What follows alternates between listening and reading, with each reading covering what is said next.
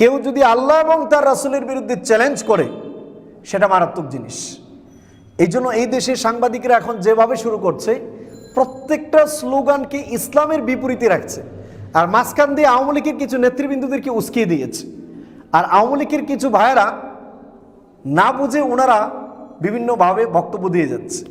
এটা উচিত নয়, এটা আমাদের আলেমদেরও ভুল রয়েছে। আলেমরা রাজনৈতিকভাবে বক্তব্য না দিয়ে ওনাদের কাজ হলো অরাজনৈতিক বক্তব্য দেওয়া, যে কোনো দলের পক্ষ থেকে নয়।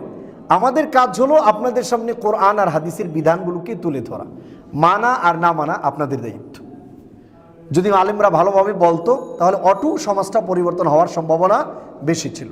আমাদের সম্মানিত ও শ্রদ্ধেয় মুসল্লিনে কেরাম ও মুরব্বিনে আযম, আল্লাহ রাব্বুল আলামিনের দরবারে লাখ কোটি শুকরিয়া যে রব্বি কারীমের দয়ায় আমরা প্রতি বৃহস্পতিবারে নেই আজকেও কোরআনুল কারীমের তাফসির উপস্থিত হতে পেরেছি। সেই জন্য আমরা সকলেই শুকরিয়া আদায় করে বলি আলহামদুলিল্লাহ। আমরা ধারাবাহিকভাবে আপনাদের সামনে আলোচনা করছিলাম। গত সপ্তাহে আমরা আপনাদের সামনে আলোচনা করেছিলাম সূরা আল মায়েদার 31 নম্বর আয়াত পর্যন্ত। বিষয়টা ছিল হাবিল আর কাবিল এর ঘটনা, প্লাস পৃথিবীর বুকে সর্বপ্রথম হত্যাকাণ্ড কোন কারণে হয়েছিল সেই কারণগুলো আমরা আপনাদের সামনে তুলে ধরেছিলাম। কারণ পৃথিবীতে মানুষরাই বসবাস করবে, আর এই পৃথিবীর নিরাপত্তার জন্য মানুষদেরকেই জানতে হবে কোন জিনিসের মাধ্যমে পাপ আর অন্যায় কাজগুলো শুরু হয়েছিল। আমরা সেই ঘটনার শিক্ষাগুলো আপনাদের সামনে উল্লেখ করেছিলাম। যেহেতু সেই আলোচনাই ছিল হত্যা এর সংক্রান্ত ব্যাপার, আর মানুষ যতদিন পৃথিবীতে বেঁচে থাকবে শয়তানও ততদিনই থাকবে। শয়তান যেহেতু জীবিত আছে, মানুষদেরকে পাপ কাজের জন্য উস্কাতেই থাকবে। এটা হলো শয়তানের কাজ। আমরা আপনাদের সামনে একটি আয়াত বারবারই বলে থাকি, সূরা ইব্রাহিমের 22 নম্বর আয়াত, যে মানুষ যখন কিয়ামতের মাঠে দাঁড়াবে, আল্লাহ রাব্বুল আলামিন বান্দাদেরকে তখন বলবেন তুমি এই এই পাপ কাজগুলো করেছো। বান্দা বলবে বিশ্বাস করি না, ডকুমেন্ট দেখাও। আমরা একটা আলোচনা করেছিলাম ডকুমেন্ট নিয়ে, যে আল্লাহ রাব্বুল আলামিন বান্দার সামনে তার পাপের ডকুমেন্টগুলো কিভাবে পৃথিবীতে থাকা অবস্থায় তৈরি করেন। এই ব্যাপারগুলোর উপর আমরা সব হাদিস কোরআনের আয়াতগুলো আপনাদের সামনে রেখেছিলাম। আমাদের চ্যানেলে গেলে আপনারা ওই আলোচনাগুলো পেয়ে যাবেন। যাই হোক, আল্লাহ রাব্বুল আলামিন ডকুমেন্ট দেখাবেন, মানুষ তখন বলবে বিশ্বাস করি না। আল্লাহ রাব্বুল আলামিন সর্বশেষ মানুষদের হাত পা, তার যে যে অঙ্গগুলো দিয়ে পাপ কাজগুলো করেছে সেগুলোকে জিজ্ঞাসা করবেন। সূরা ফুসসিলাতের আয়াত, সেই সম্পর্কে আমরা বলেছিলাম, সব বলে দেবে। বলে দেওয়ার পর মানুষ বলবে আল্লাহ পাপ তো আমি করি নাই, সব শয়তানের কারণে করেছি, সুতরাং দোষ আমাদের না, যা শাস্তি দেওয়ার তোমরা শয়তানকে দাও। মানুষের পক্ষ থেকে এই হবে আবেদন।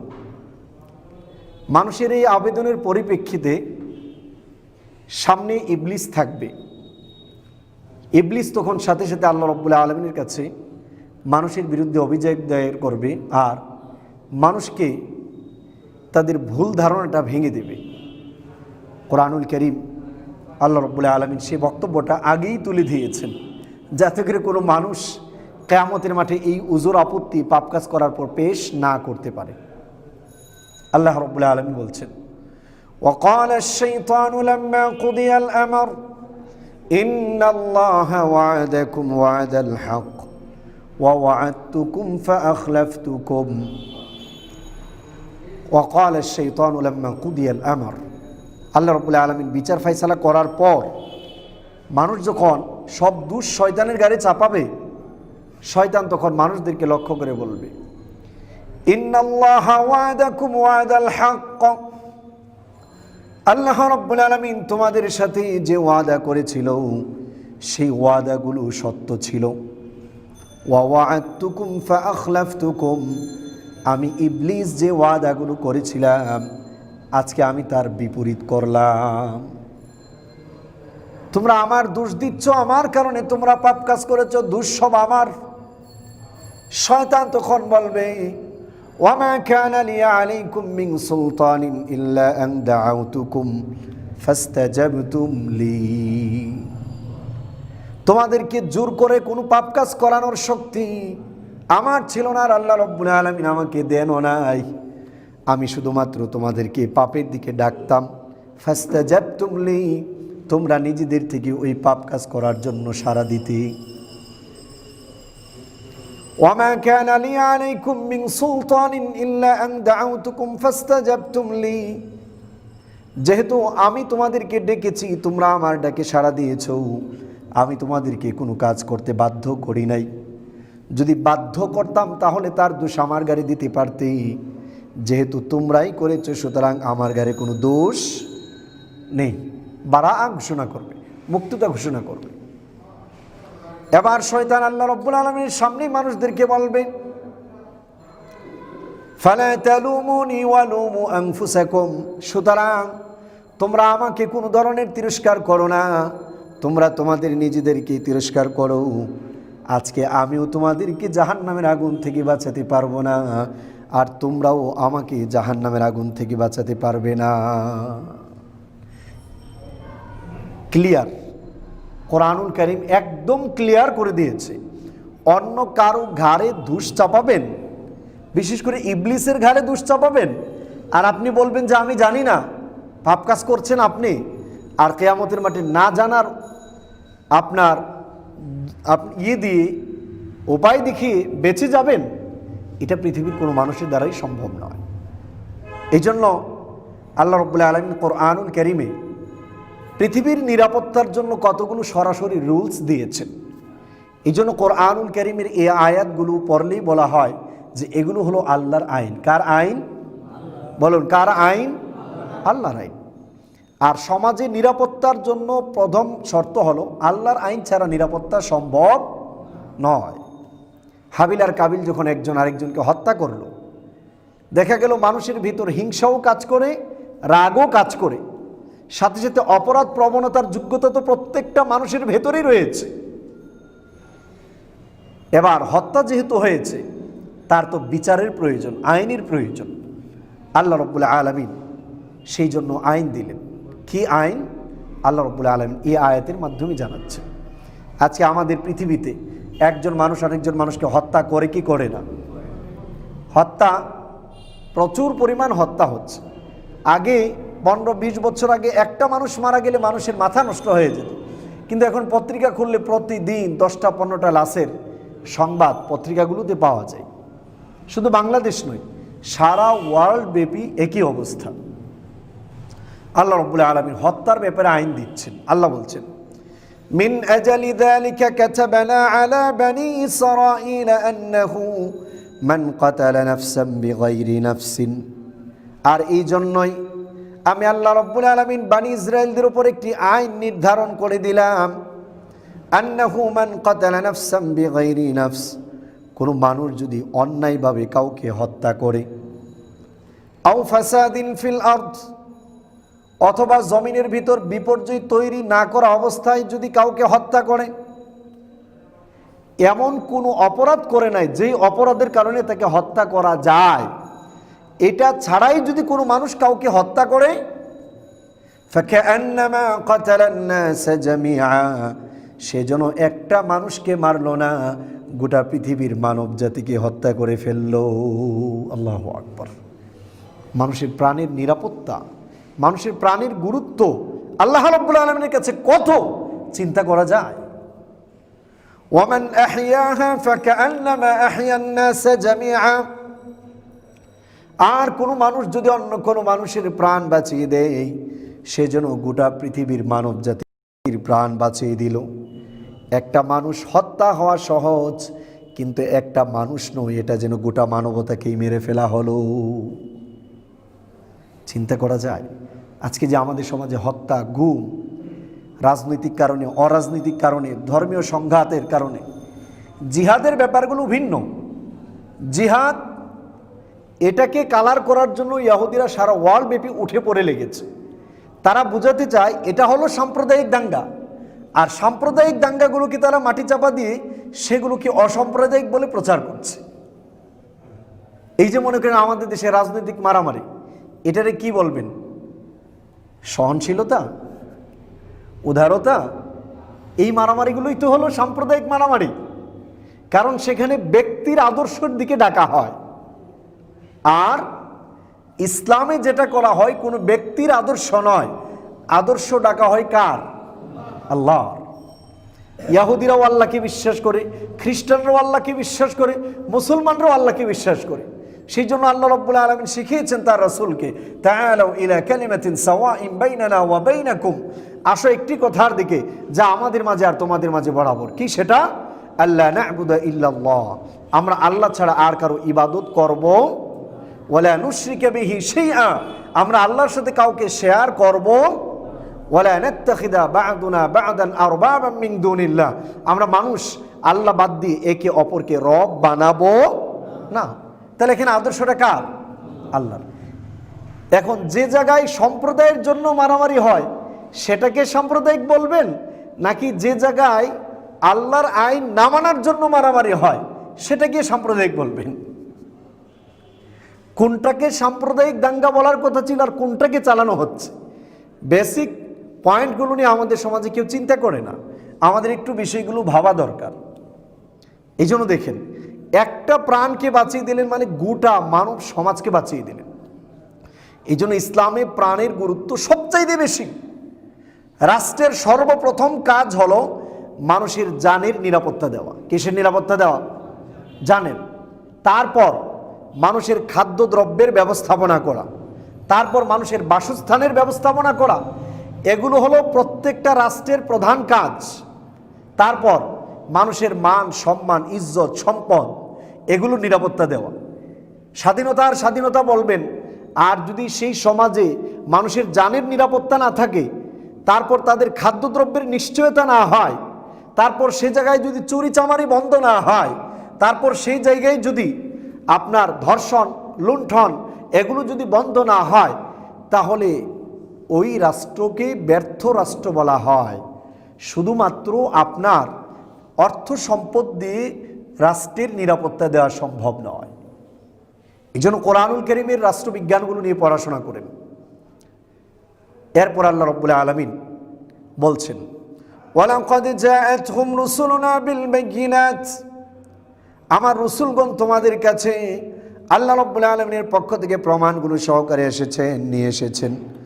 সুম্মা ইন্না কাসীরাম মিনহুম বা'দা যালিকা ফিল আরদি লামুসরিফুন, অতঃপর এরপরও অনেকগুলো লোক পৃথিবীতে সীমা অতিক্রম করেই চলতে লাগলো। সুতরাং সীমা অতিক্রমকারী, আল্লাহর আইনকে লঙ্ঘনকারী, এটা আলেম হোক আর কোনো রাজনীতিবিদ হোক, এরা ভালো হতে পারে, ক্লিয়ার কাট জিনিস। এই জন্য আমরা অসাম্প্রদায়িক হব কিভাবে? যখন আমরা বলতে পারবো যে আমরা এক আল্লাহকে বিশ্বাস করি, আমরা আল্লাহর আইন ছাড়া আর কারো আইন মানি না, এটা কি অসাম্প্রদায়িক বলা যায়? কিন্তু টেলিভিশনগুলোতে প্রচার করছে এটা হলো সাম্প্রদায়িক। আর যত রাজনৈতিক মারামারি, হত্যা, গুম, এলাকাওয়ার মারামারি, সেগুলো হলো অসাম্প্রদায়িক।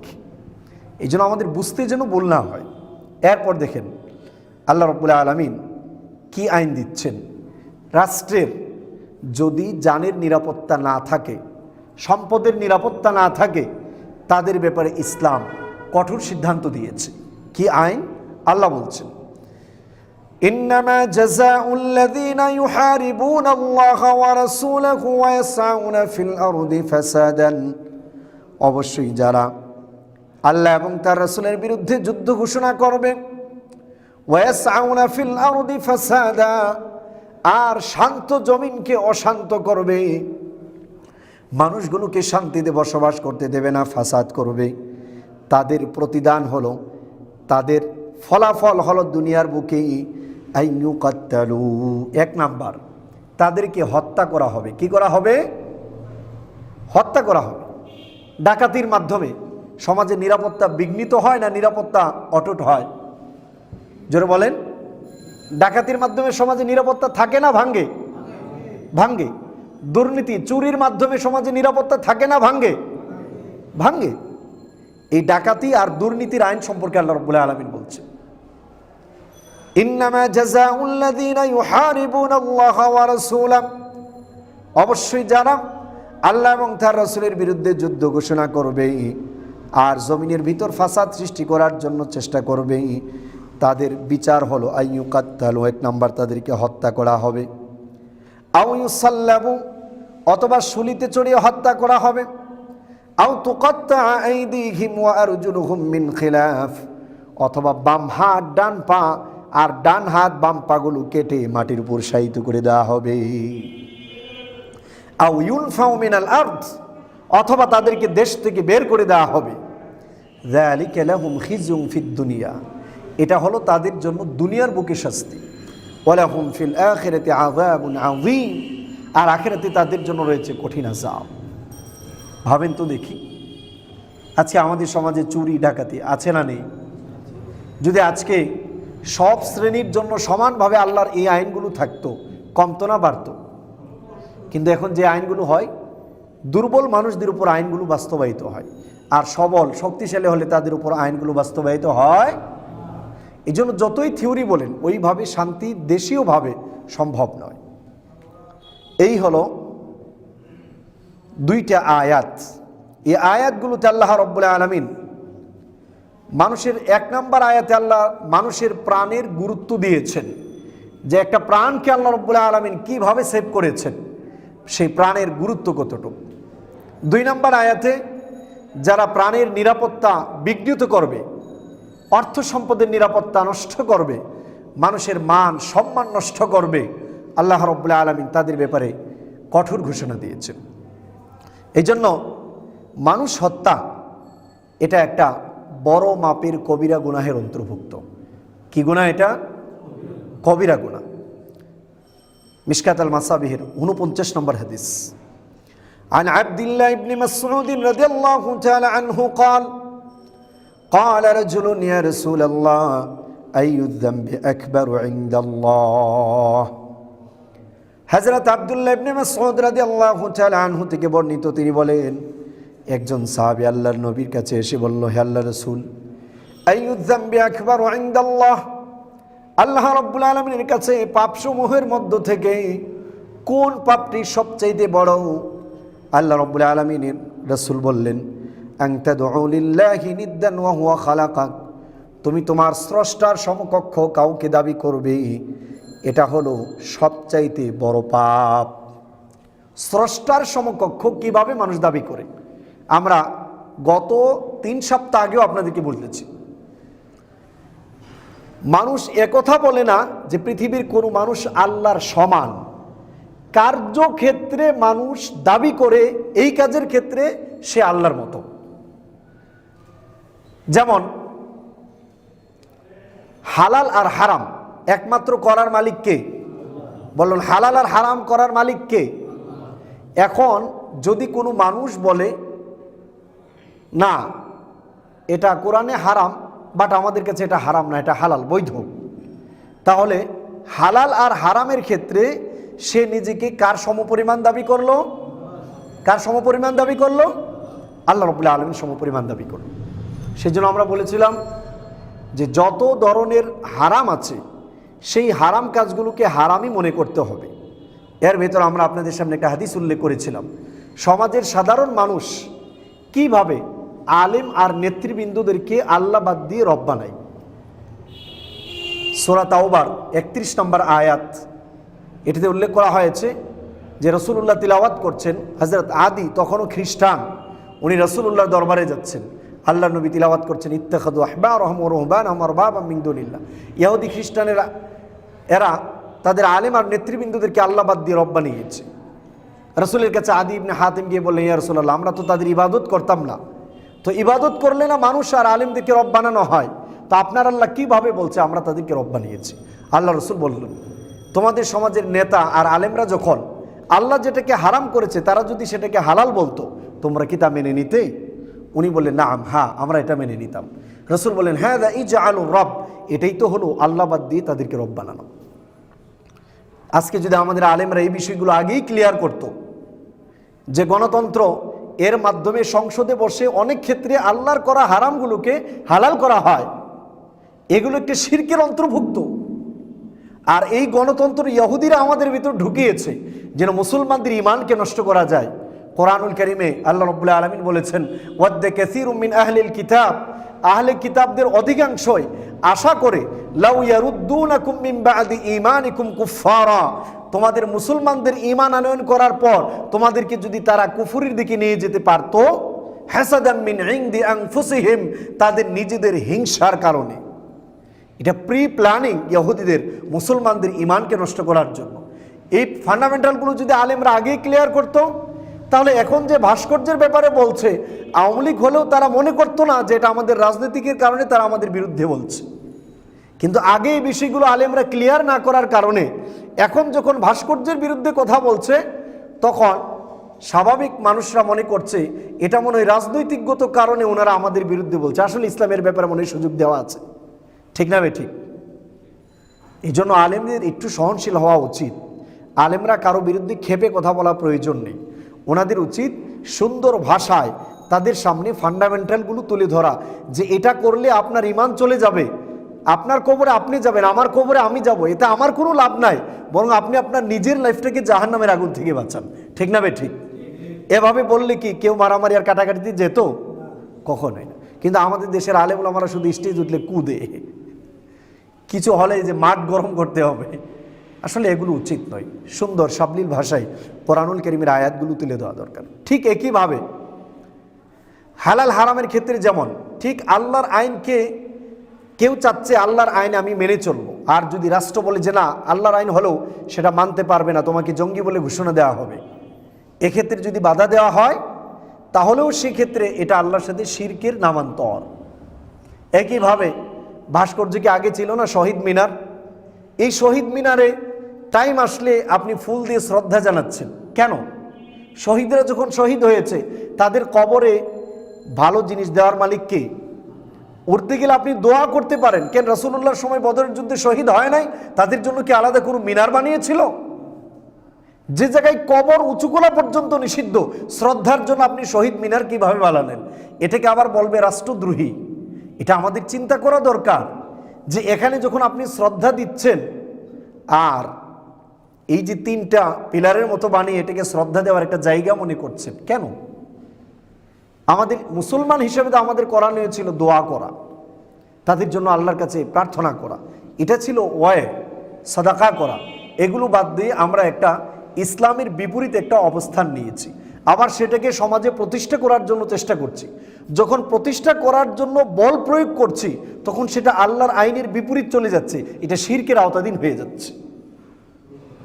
কারণ এখন যখন আপনি তার বিপরীত বলবেন আপনাকে রাষ্ট্রদ্রোহী মামলা দিবে, এর মানে আপনি এর ব্যাপারে বলতে পারবেন না, তখন এটা আল্লাহর আইনের এগেনিস্টে গিয়ে আপনি প্রেশার করছেন যেটা করা লাগবে না, এটা করা যাবে না, ইসলামে এটার অনুমোদন নেই। এই জন্য এভাবেই আমরা মানুষ অনেক সময় আলেমরাও যদি ঠিক এই কাজগুলো করে, আল্লাহ যেটাকে হারাম করেছেন তারা যদি সেটাকে হালাল বলে আর আমরা সেটা মেনে নেই, তাহলে আল্লাহ বাদ দিয়ে তাদেরকে কি বানানো হলো? রব বানানো হলো। এভাবেই মানুষ আল্লাহ রাব্বুল আলামিনের সাথে মানুষকে শিরিক করে। এরপর রাসূল সাল্লাল্লাহু আলাইহি সাল্লাম আরও অনেকগুলো বললেন, এর মধ্য থেকে আরেকটা বললেন যে মানুষ হত্যা করা এটাও একটি কবিরা গুনাহের অন্তর্ভুক্ত।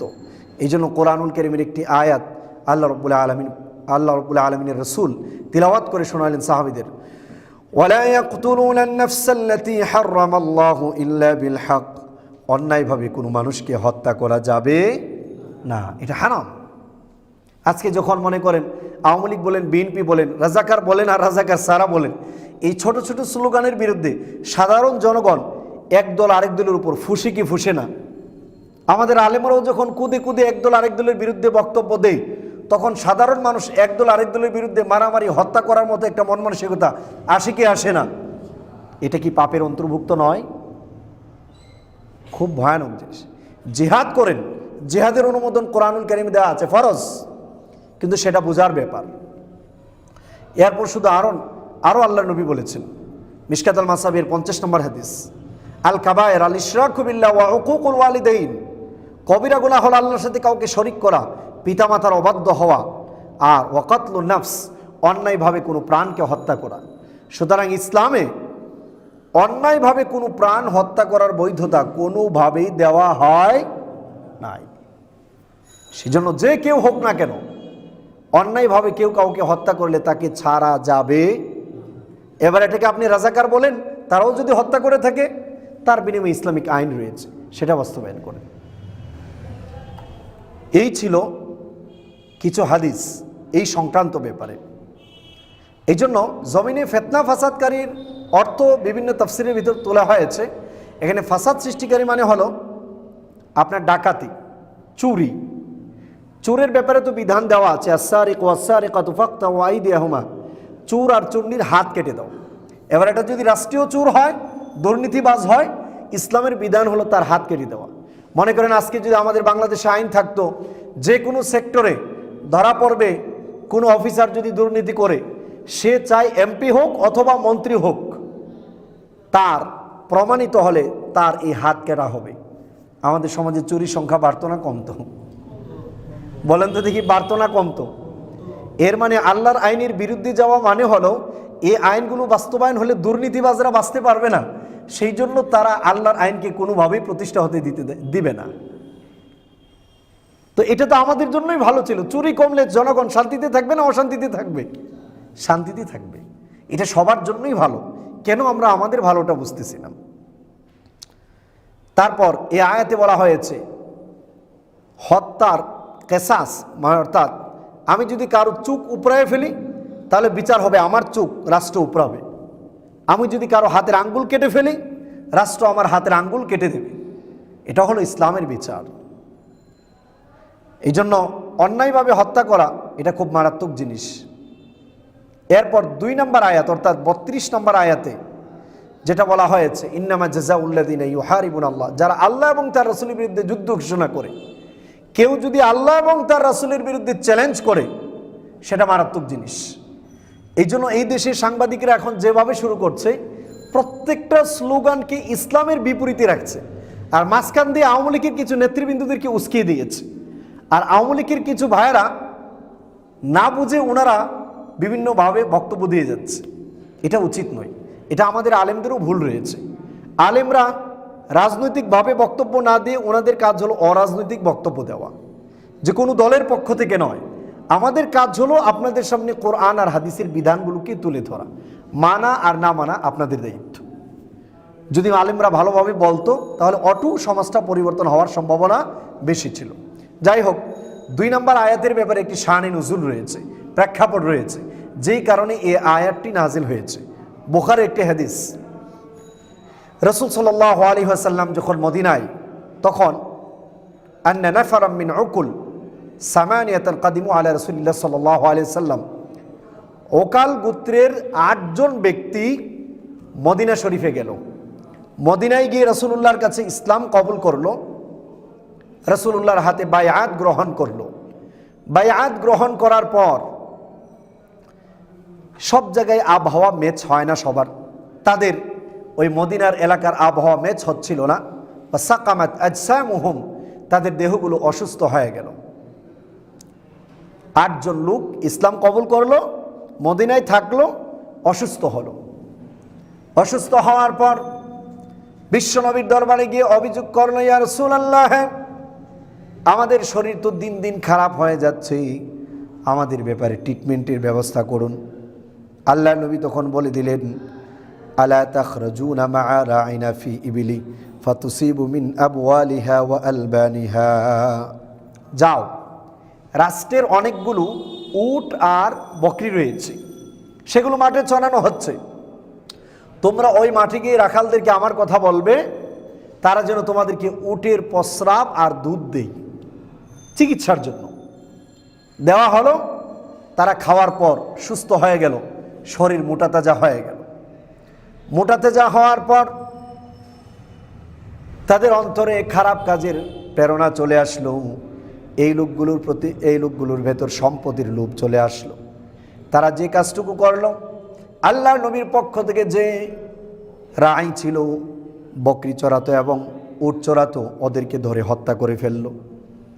এমনভাবে হত্যা করলো, তাদের কল্লাগুলোকে কর্তন করলো, তাদের চোখগুলোকে উঠালো, হাতগুলোকে কেটে ফেললো, সব অঙ্গগুলোকে আলাদা আলাদা করে ফেললো। আল্লাহ নবীর দরবারে সংবাদ আসলো, এই লোকগুলো মুরতাদ হয়ে গিয়েছে, এই লোকগুলো ওই রাখালদেরকে হত্যা করেছে।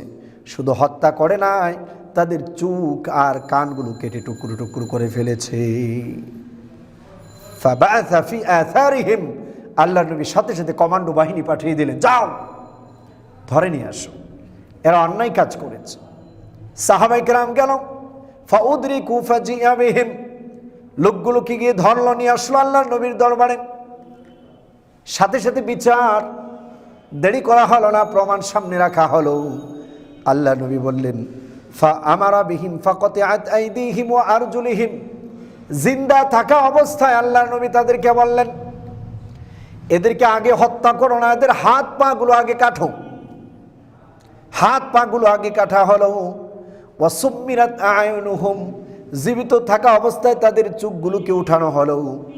সুম্মা নাবাযু ফিশ শামসি হাত্তা মাতু, ওই মরু প্রান্তরের খোলা ময়দানে ওই দেহটাকে ছেড়ে দেওয়া হলো, লাফাতে লাফাতে মারা গেল। এভাবে আল্লাহর নবী তাদের বিচার করলেন। এই ঘটনার পরিপ্রেক্ষিতেই এই আয়াতটা নাজিল হয়েছে। সেই জন্য কারো সম্পদ নিতে গিয়ে যদি কোনো ব্যক্তি অন্য কোনো ব্যক্তিকে হত্যা করে, সে যেই শাস্তি দিয়ে ওই লোককে হত্যা করেছে, তার বিনিময়ে ওই ডাকাতকে ওই শাস্তিটাই দিতে হবে। খুব ভয়ানক না? এমন শাস্তি থাকলে আপনার আমার কি মনে হয়, আমাদের দেশে শান্তি আসতো না অশান্তি আসতো? ডাকাতের সংখ্যা বাড়তো না কমতো? কমতো। এই জন্য ইসলামিক আইন অনুপাতে যে আইনগুলো দিয়ে বিচার হয়, শাস্তি হয়, ওগুলোকে বলা হয় হুদুদ এবং কিসাস। তিন ধরনের আইন রয়েছে, একটা হলো হুদুদ, কিসাস, আরেকটা হলো তাশিরাত বা তাজিরাত। এর মধ্যে যেই শাস্তিগুলোর কথা কোরআনুল কারিমে উল্লেখ করা আছে, অপরাধ প্লাস সাথে সাথে শাস্তির কথা, এগুলোকে হুদুদ আর কিসাস বলা হয়। যেমন চুরি করলে তার শাস্তির কথা কোরআনে আছে না নেই? আছে। কেউ কাউকে হত্যা করলে তার শাস্তির কথা কোরআনে আছে না নেই? ব্যভিচার করলে তার শাস্তির কথা কোরআনে আছে না নেই? এগুলোকে বলা হয় হুদুদ। আর যে সকল অপরাধের শাস্তি কোরআন আর হাদিস নির্ধারণ করেননি, বরং বিচারকদের চিন্তা গবেষণার উপর ছেড়ে দেওয়া হয়েছে, সেগুলোকে বলা হয় মূলত তাজিরাত। কি বলা হয়? তাজিরাত। সেটা হলো ওই বিচারকরা স্থান কাল পাত্রভেদে যতটুক শাস্তি দিলে সে শুধরাবে, ততটুক শাস্তি তারা দিতে পারবে, সেটা তাদের উপর ন্যস্ত করে দেওয়া হয়েছে।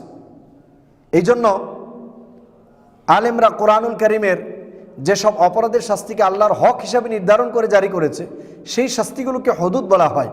আর যে শাস্তিগুলোকে বান্দার হক হিসাবে জারি করা হয়েছে, সেগুলোকে কিসাস বলা হয়। কিসাসের শাস্তি হুদুদের মতোই, প্রাণের বিনিময়ে প্রাণ, এরপর আপনার জখমের বিনিময়ে জখম। কিন্তু পার্থক্য, হুদুদগুলো যদি হয় অর্থাৎ আল্লাহর হক নষ্ট করে, সেক্ষেত্রে প্রয়োগ করা হয়, আর সংশ্লিষ্ট ব্যক্তি ক্ষমা করলেও তা ক্ষমা হবে না। কিন্তু কিসাসের বিপরীত, কিসাস কোনো বান্দার হক নষ্ট করেছেন, আমার ভাইকে আপনি হত্যা করেছেন, এখন আমি যদি বলি যে না, তাকে হত্যা করার প্রয়োজন নেই, আমাদের ফ্যামিলির সবাই তাকে মাফ করে দিয়েছে, তাহলে তাকে আর হত্যা করার কোনো প্রয়োজন হবে, মাফ হয়ে যাবে, তার বিনিময়ে তাকে দিয়ত দিতে হবে। এই হলো কোরআনুল কারিমে এই শাস্তিগুলোর ব্যাপারে বলা আছে। এবার বলুন তো দেখি, আমাদের এই ধর্মের যে ব্যাপারগুলো আছে, এই কোরআনুল কারিমের এই সুন্দর আইনগুলো মানুষ যদি জানতো আর বাস্তবায়ন করত, এটা আমাদের জন্য লাভ হতো না ক্ষতি হতো? লাভ হতো। সেই জন্য আজকে দুঃখের বিষয় হলো সত্য, আমাদের বেশিরভাগই আমরা এই সমস্ত জিনিস সম্পর্কে জানি না, আর আমাদের সমাজে জানতেও চায় না। মনে করে 5 ওয়াক্ত নামাজ পড়লেই বুঝি আমরা মুসলমান হয়ে গেলাম। আর আমাদের দেশেও একটু পড়াশোনা করে ওয়াজ করলেই মনে করে যে হুজুর বড় হুজুর হয়ে গেছে। ঠিক না ভাই? ঠিক। আসলে বিষয়টা এমনটা নয়। ইসলাম এটা কারো দেওয়া বাপদাদার ধর্ম নয়, এটা আল্লাহ রাব্বুল আলামিন দিয়েছেন। স্বয়ং আল্লাহর নবীকে পর্যন্ত ওয়ার্নিং দেওয়া হয়েছে, উনিও যেন সে জায়গায় কোনো ধরনের ছাটখাট করতে পারবেন। সুতরাং আমরা যে দলেরই হই না কেন, আমাদেরকে দেখতে হবে ধর্মীয় গ্রন্থ, আমরা কোরআন এবং সুন্নাহ অনুপাতে আমাদের লাইফ চালাচ্ছি কিনা, আমাদের রাষ্ট্র কোরআন এবং সুন্নাহ অনুপাতে চলছে কিনা, আমাদের রাষ্ট্রপ্রধানরা যদি মনে করে কোরআন সুন্নাহ অনুপাতে দেশ চালালে হুজুরদের হাতে চলে যাবে, আসলে এটা ভুল জিনিস। কোরআন সুন্নাহ অনুপাতে চালালে হুজুরদের হাতে যাবে তা নয়। বিষয়টা হলো কোরআন সুন্নাহ অনুপাতে দেশ চালালে মানুষগুলো শান্তিতে থাকতে পারবে, এটা হলো মেইন জিনিস। মানুষগুলোর ভিতরে হিংসা আর বিদ্বেষ থাকবে না। যেভাবে একে অপরের বিরুদ্ধে হিংসা বিদ্বেষের আপনার প্রচারণা হচ্ছে, সেগুলো টোটালি বন্ধ হয়ে যাবে। আর তাছাড়া একটা ভয়ানক সংবাদ রয়েছে আমাদের রাষ্ট্রের জন্য। যদি রাষ্ট্রীয় নেতৃবৃন্দ আল্লাহর আইন দ্বারা বিচার না করে, আল্লাহ নবী ভবিষ্যৎবাণী করেছেন সুনান ইবনে মাজার 4019 নম্বর হাদিসের 5 নম্বর পয়েন্ট, আল্লাহ নবী বলেছেন, যেই সম্প্রদায়ের নেতৃবৃন্দ আল্লাহর আইন বাদ দিয়ে নিজের মন গড়া আইন দিয়ে বিচার ফাইসালা করবেন, ইল্লা বাসাল্লাহু বাইনাহুম, আল্লাহ রাব্বুল আলামিন তাদের নিজেদের ভিতর মারামারি লাগাইয়া দিবেন। তো আল্লাহ যদি মারামারি লাগান, ফিরানোর কেউ থাকবে? বলেন, ফিরানোর কেউ থাকবে? কখনোই না। তো আমাদের মারামারি হওয়া ভালো না মারামারি থেকে বেঁচে থাকা ভালো? বেঁচে থাকা ভালো। আল্লাহ রাব্বুল আলামিন আমাদের গোটা দেশটাকে আল্লাহর আইনের মাধ্যমে নিরাপত্তার চাদরে ঢাকার তৌফিক দান করুন। এবং আমাদের দেশে যে একটা সিচুয়েশন তৈরি হয়েছে, রাজনৈতিক ইস্যু বানিয়েছে ধর্মীয় একটা ব্যাপারকে, এটা যেন রাজনৈতিক কোনো ইস্যু না হয়, বরং ধর্মের ব্যাপারগুলো যেন ধর্মীয় বিষয়ই থাকে। আর আমাদের দেশের আলেমরাও যেন সত্য কথাগুলো সুন্দরভাবে মানুষের সামনে তুলে ধরতে পারে। আর আমাদের দেশের নেতৃবৃন্দরাও যেন মানুষের নিরাপত্তা, নিজেদের নিরাপত্তা চিন্তা করেও আল্লাহর আইনের দিকে যেন দাবিত হয়। আল্লাহ রাব্বুল আলামিন তাদেরকে সেই তৌফিক দান করুন। এবং আমাদের সমাজের সকল শ্রেণীর মানুষরাই ভ্রাতৃত্বতা বোধ নিয়ে আল্লাহর এই জমিনে ভাই ভাই হয়ে বসবাস করার তৌফিক দান করুন। সুবহানাকাল্লাহুম্মা ওয়া বিহামদিকা আশহাদু আল্লা ইলাহা ইল্লা আনতা আস্তাগফিরুকা ওয়া আতুবু ইলাইক।